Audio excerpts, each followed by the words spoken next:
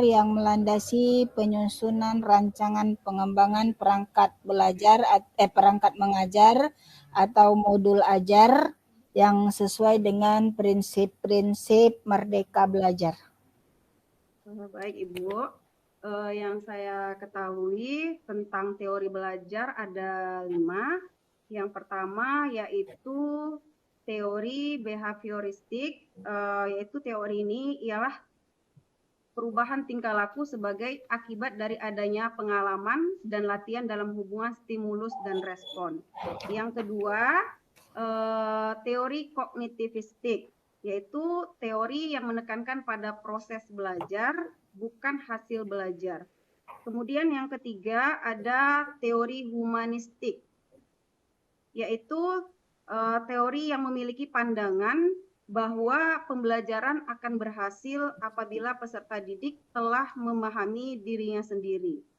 Yang keempat, teori belajar sosial, yaitu teori yang menjelaskan bahwa manusia belajar dengan mengamati dan meniru perilaku orang lain.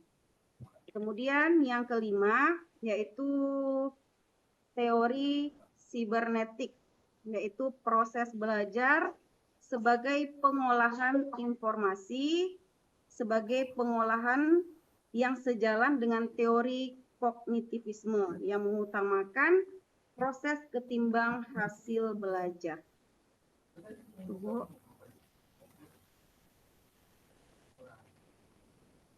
Oke, lanjut.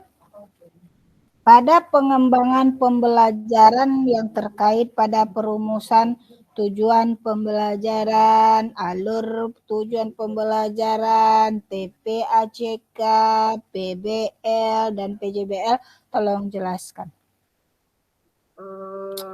Kalau di materi saya, yang pertama yaitu tujuan pembelajaran, yang kedua ada alur tujuan pembelajaran, ketiga ada pendekatan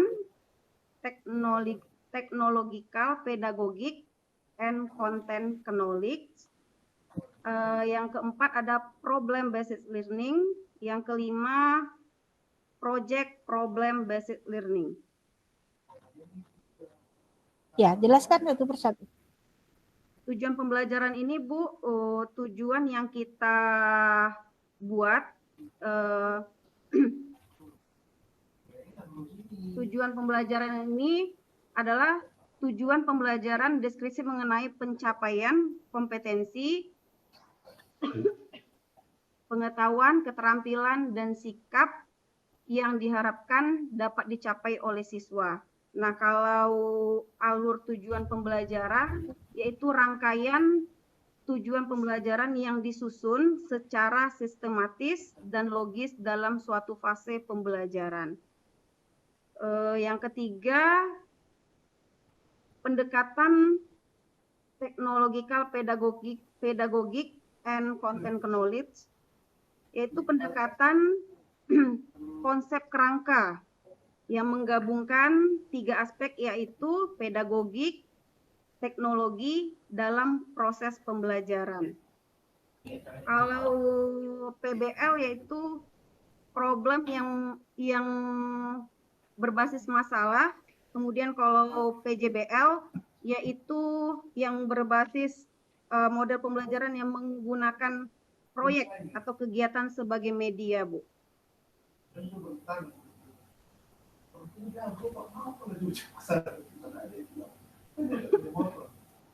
Sudah? Lanjut kepada komponen perangkat pembelajaran. Silakan apa yang kamu ketahui dengan komponen perangkat pembelajaran. Komponen-komponennya membuat modul ajar, kita pertamanya membuat tujuannya, Bu.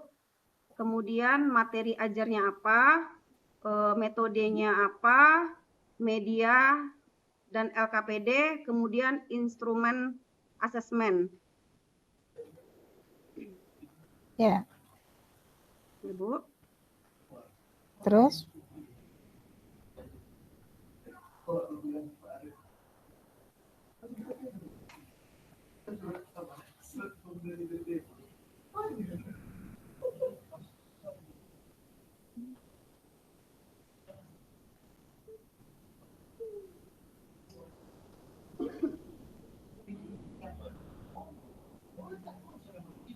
Terus? Ya, Bu.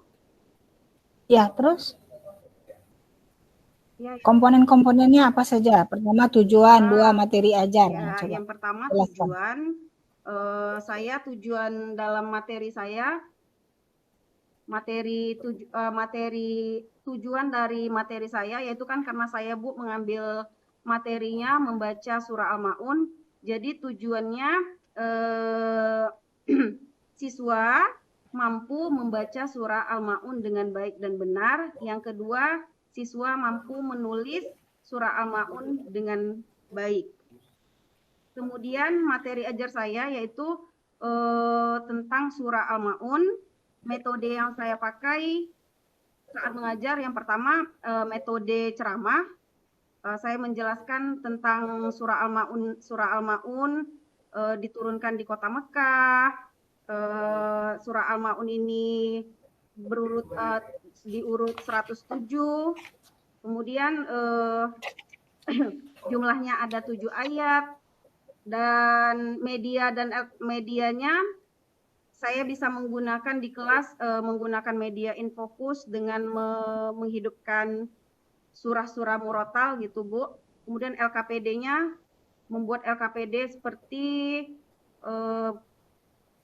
LKPD-nya bisa dengan membuat kaligrafi atau memberi soal kepada siswa gitu Bu. Instrumen asesmennya kalau dari kreatifnya mungkin siswa berkreatif dalam membuat kaligrafi dari surah Al-Maun. Terus kalau refleksi anaknya mungkin anak-anak bisa merefleksikan dari surah Al-Maun ini arti dari surah Al-Maun ini kan mengenai tentang anak yatim atau menghardik anak yatim. Anak-anak bisa merefleksi bahwasanya anak yatim ini perlu kita ayomi dalam kehidupan sehari-hari. Kemudian yang terakhir ada Bu, itu aja. Itu saja? Ya Bu.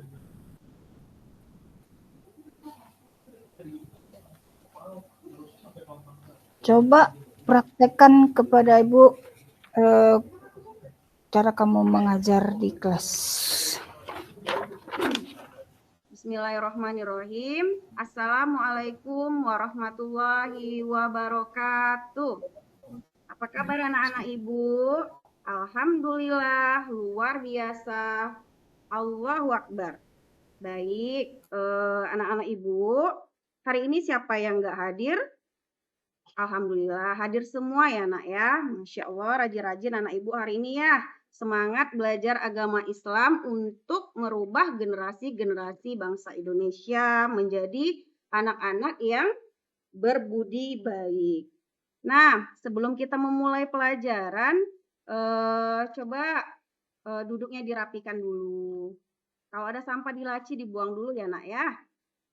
Baik anak Ibu, sebelum kita memulai pelajaran, anak Ibu Hafiz, silakan pandu doanya dulu biar kita mulai. Bismillah.